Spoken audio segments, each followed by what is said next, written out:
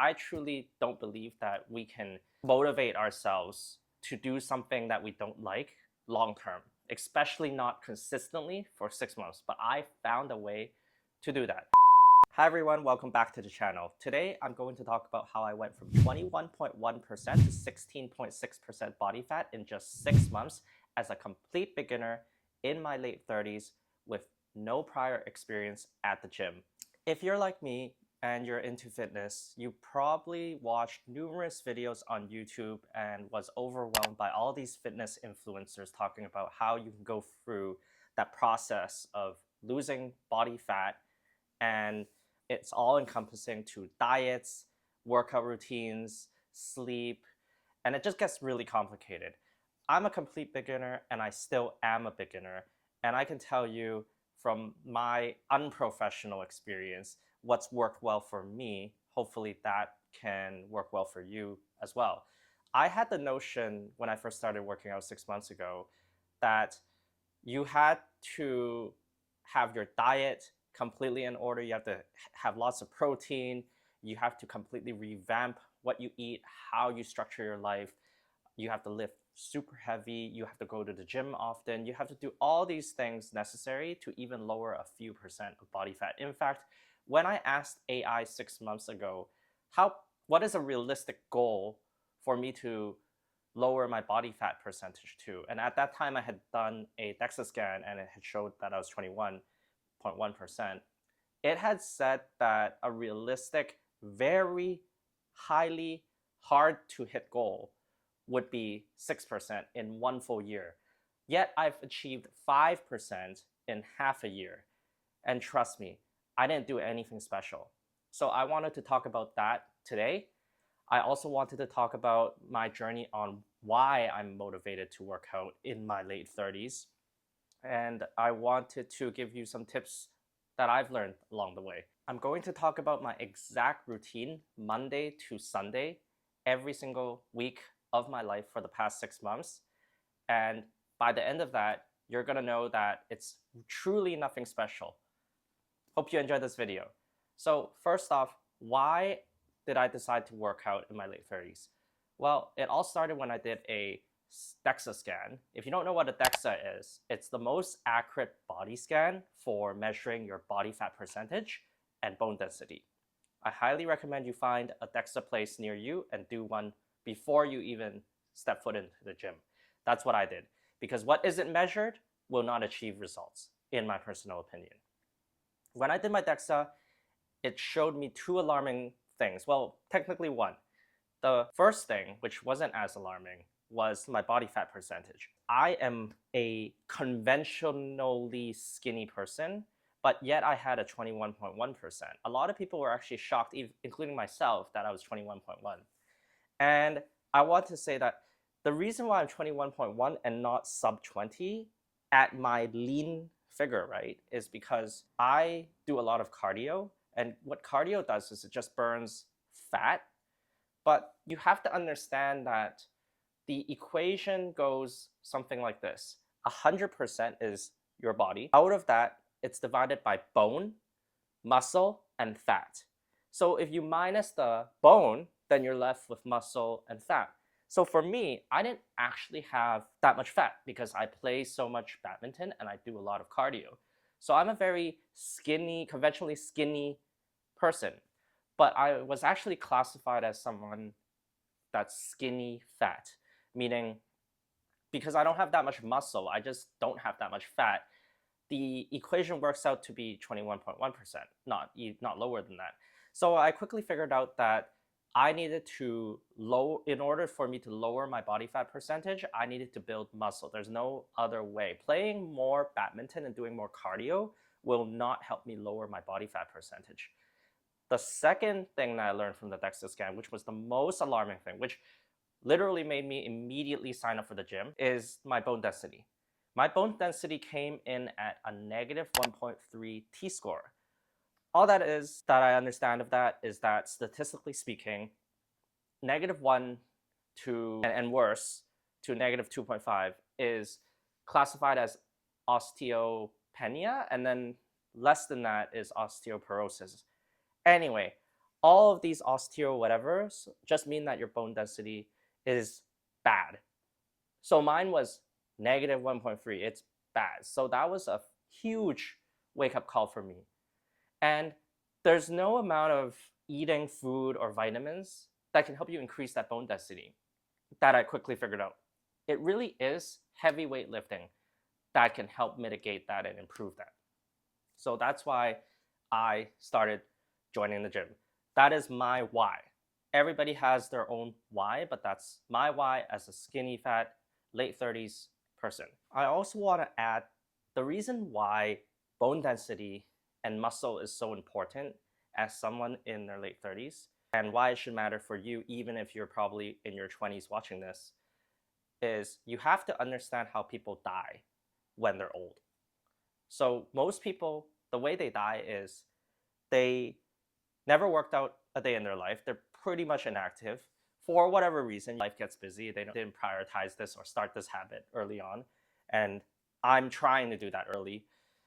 And essentially what happens is they're in their 70s or 80s and they're sleeping. They go to the washroom in the middle of the night and they can't get up from their toilet bowl seat because they don't have enough muscle strength to do even a body weight squat. And eventually, whether it's that or they just trip along the way to the washroom, they fall. And when you fall, because your bone density is pretty bad at that point, osteopenia or osteoporosis, which you probably didn't know about, then they break a bone. Then they go to the hospital. And I think I heard a stat, and I might be hallucinating like an AI right now, but I heard a stat that once you're past 70, 80 or whatever, and that scenario happens to you where you break a bone and then you have to go to the hospital, within a year of that, you die. So I don't want that to happen to me. And I think it's a very preventable thing. There's also a lot of side benefits to starting a workout habit that I'm starting. And so personally, that's my why. I'll be very honest, even after 6 months, I don't want to go to the gym. I hate the gym, and I've never gone to the gym a day in my life. If you watch my channel, you know that I'm a very hard cardio person. I play a lot of badminton. I love sports. I like other sports outside of badminton, right? I snowboard, I ski, I play soccer, I play a lot of racket sports, but I hate going to the gym. And I still hate going to the gym. But I guess the main point I'm trying to say is another point is that you have to have a strong why. And for me, I'm telling you my why, and that is a strong enough why for me to motivate myself to go to the gym. Now, that's not entirely the way I motivate myself. I'll talk about how I motivate myself later on because I truly don't believe that we can motivate ourselves to do something that we don't like long term, especially not consistently for 6 months. But I found a way to do that. But I want to talk about what you clicked on this video for first, and then we can talk about my motivation, how I motivate myself. So this is what has worked well for me. First of all, you have to understand that all the videos that you see on YouTube, they're not like this video. I am a complete beginner who is just sharing my experience on what worked well for me as a complete beginner. And I actually think when you watch a lot of the videos on YouTube, you have to take into a grain of salt that they are very professional. A lot of these people have been working out since they were young. They're probably personal trainers trying to sell you a course or sell you something. There's nothing wrong with that. Appreciate the hustle, but the way they kind of tell you how you can get your act together and lower your body fat percentage is quite hardcore, I'll be honest. And I too was very overwhelmed by everything I was hearing. Now, let's talk about the diet and let's talk about the workout. And then I'll talk about my routine for the last 6 months. Let's talk about my workout. So I work out with a personal trainer every Monday and Friday. You don't need a personal trainer, but I'm gonna get to that later with regards to motivation. So ignore the personal trainer part, I guess, but I work out Monday and Friday, 2 days a week. That's it. All I do is that, and I play 1 to 2 times of badminton a week in addition to that, but badminton is cardio. The Monday and Friday gym workouts that I do for the last 6 months, I do on average 3 exercises each time. So I probably do 6 exercises per week. I work out for an hour every Monday and an hour every Friday, and I do 3 exercises. So I would say that these exercises are all weights. There's no cardio. I get my cardio from badminton. Within the weights, I'll give you some examples. I would say on a weekly basis, I definitely do squats as one of them, and I definitely do deadlifts or some form of it. And then there's rows, push-ups, dips, some body weight stuff, progressive overload, right? But it's really nothing crazy, right? For example, I would do 20 minutes of barbell squats.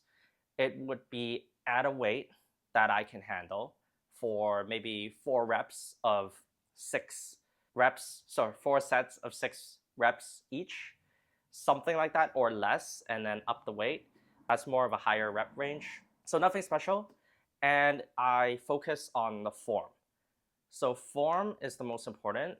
You can probably let your ego take over and put on more weight on the barbell and squat that and say you've squatted that. But unless your form is going deep enough into your squat, it's actually not that effective. So just do a weight where it's challenging, but you're not gonna hurt yourself. And the way that I measure if I've gotten it right is the next day I would get some DOMS. DOMS is delayed onset muscle syndrome. Or in other words, I'd get some soreness the next day. And that is my measure. That's all there is to it. So pick 3 exercises. If you don't have a personal trainer, right? Look online, search, get AI to build your routine. Just find 3 compound type exercises. Don't do any singular muscle exercise like a bicep curl, because that's just targeting one muscle, right? If when you do a squat or a deadlift, that's a very effective exercise for the time you're allocating to it, because it works so many different muscles. Another one I do is pull-ups, bodyweight pull-ups. You'll be surprised. A lot of people can't even do 1 pull-up. So when you do pull-ups, for example, focus on the form. When you go down, it has to be completely straight arm, and then you initiate the second one. And do as many as you can times 3 sets with 2 minutes of rest in between. So nothing I'm saying is hardcore. It's very simple exercises, and the key is consistency. You need to do what I did.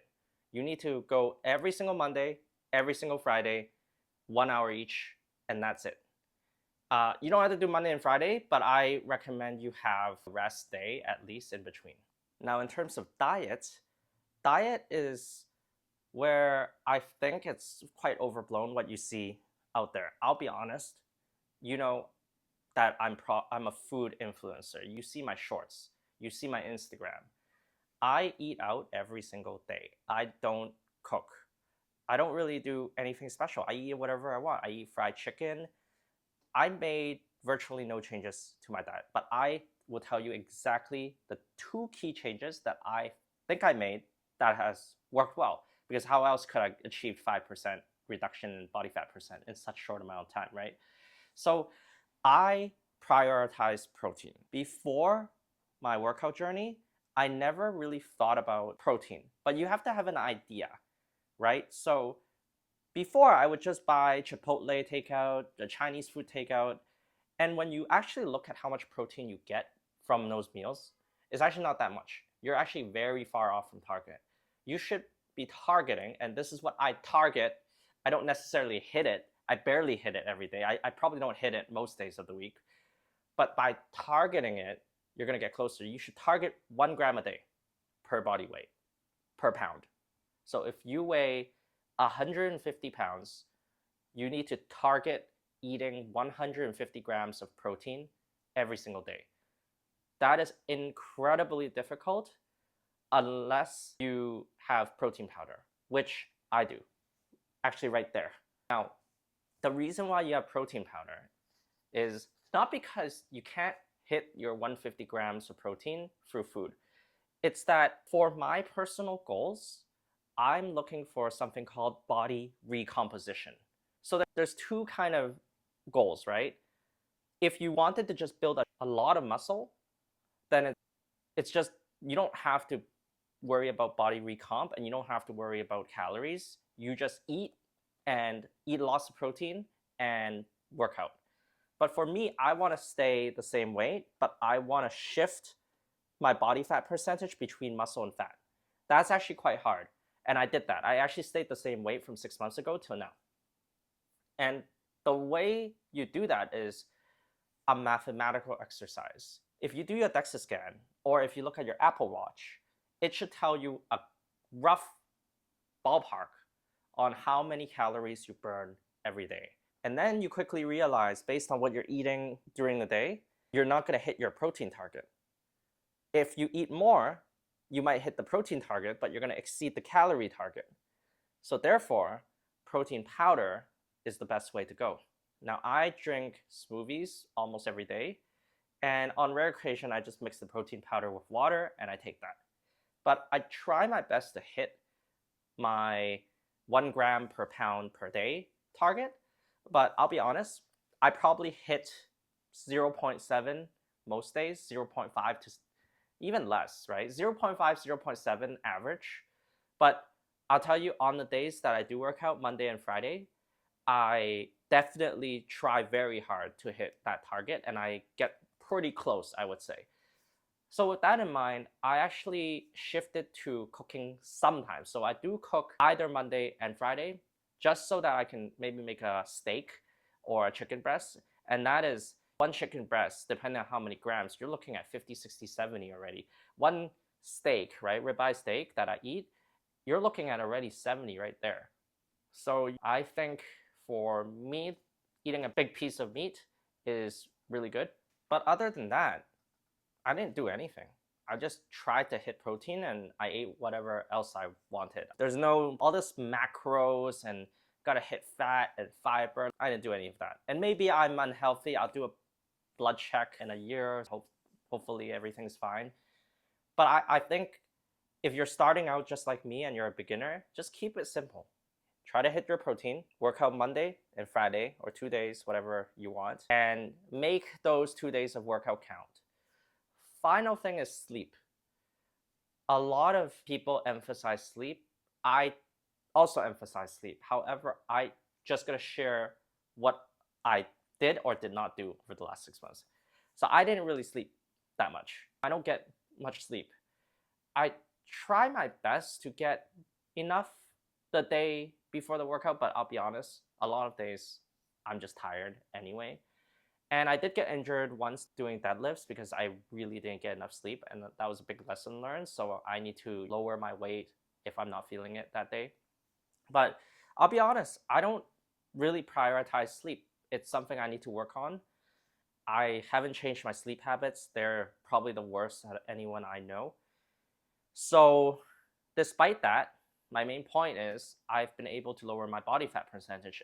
I've been able to lower my body fat by 5 pounds and increase my body muscle mass by 5 pounds. All I did was nothing to do with sleep, work out twice a week, and eat a lot of protein, as much as possible.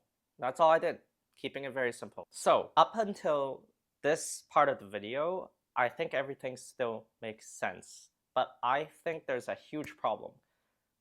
You're not gonna be able to achieve what I just told you unless you consistently work out twice a week like I did. The consistent part is what is hard. I already knew going in 6 months ago that I would have an issue with being consistent. I have an issue being consistent with anything I hate doing in life. And that is just human nature for not just me, but for everybody. So I personally recommend that if you're really serious about working out and lowering your body fat percentage and achieving whatever goals you want to achieve, you need to find a way to force yourself to be consistent. So this is how I've been able to do it. You might have a better way, but unfortunately my way is very costly. And that is, I have a personal trainer. So of course I know I could pay some sort of gym membership to go to a local gym that is only $50 a month and I can work out whenever I want. But I already knew that would I actually go Mondays and Fridays consistently by myself every single time for that hour and work out very hard? No, I wouldn't, because the fact is, over the 6 month period that just finished, over, I would say, 75% of the time, I wasn't feeling it. When you're just not feeling it, you're tired. It's a Monday, you don't feel like doing anything. You don't want to drag yourself to the gym because it's raining outside. There's so many excuses, right? There's so much friction. It's so easy to just be like, I have a gym membership, I'll go tomorrow. And tomorrow comes by, you don't go, and next thing it's Thursday. And then if you go on Thursday, you're not gonna go on Friday. So then you only worked out 1 day a week. That's issue number one. Issue number two is when you do go, you're by yourself. So there's no accountability, and there's no one kind of pushing you, and there's no one keeping you safe. So that's where I recommend a personal trainer. I have a personal trainer because I recognize I'm a beginner and I want to learn the correct form. I realize that without form, you're wasting your time. Number two is that personal trainer can keep me safe while pushing me to the limits in the 1 hour duration that I'm there. So when I'm there for 1 hour, I'm actually very efficient because I have a PT. I'm not scrolling through my phone in between sets because I have to finish my routine during that 1 hour time when the PT's there that I'm paying for. And number three is the consistency aspect of going twice a week, because there's a financial consequence if I don't go. I've already paid for the PT for a monthly basis that covers me twice a week. So if I don't go, I actually literally lose that money. And that's a lot of money because it's PT. So unfortunately, my way is by way of financial consequence. But as a result, I've been able to get a lot of results. I've been able to go consistently. That is what I recommend. If you have a better way or a way that works for you, or you just have a lot of self-motivation, do that. For me, I hate going to the gym. I still don't want to go to the gym, but that is a way that I've been able to force myself to go to the gym. The other point I want to talk about is with regards to, I don't want to call it lies, but misconceptions based on all these YouTube videos you might see.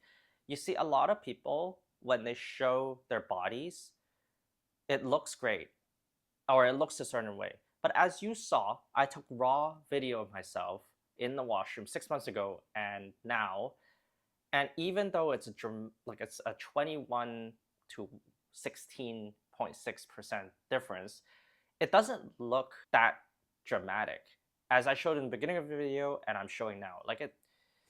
And a part of me is a little disappointed that I'm not seeing a bigger difference, but I also recognize now, and I want to impart on you, that that's what YouTube does to you. This is what social media is doing.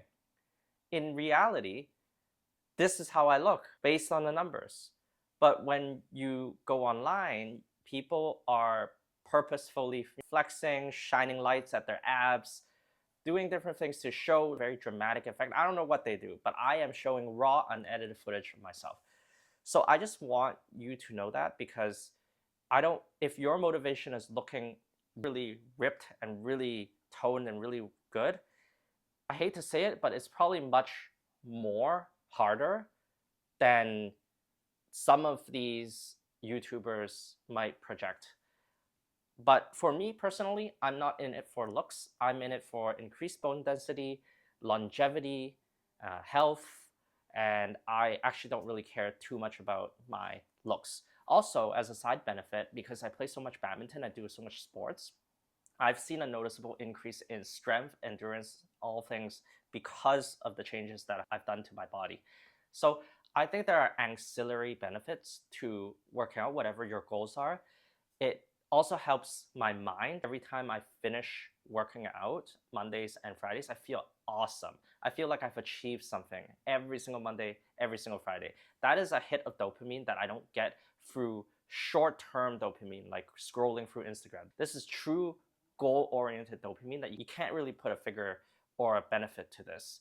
I highly recommend, whatever your goals are, just see that there are gonna be better other benefits out there that may make you happy as well. So don't get too discouraged by the looks aspect. And if you're in it for looks, unfortunately, just know that it's going to be a harder journey for you to get that six pack. And by the way, to get a six pack, I heard that the prerequisite is under 15% body fat. And even then, I think you would have to look at yourself under really good lighting to actually see that amazing six pack. So that's it. My main point of this video is to tell you as a beginner in my late 30s how I managed to lower my body fat dramatically in 6 months without really doing anything special. I hope you enjoyed the tips. If you have any questions, please let me know. I'm still a beginner. I still don't really know what I'm doing, but I hope this video helped. Thanks for watching, and I'll see you in the next one.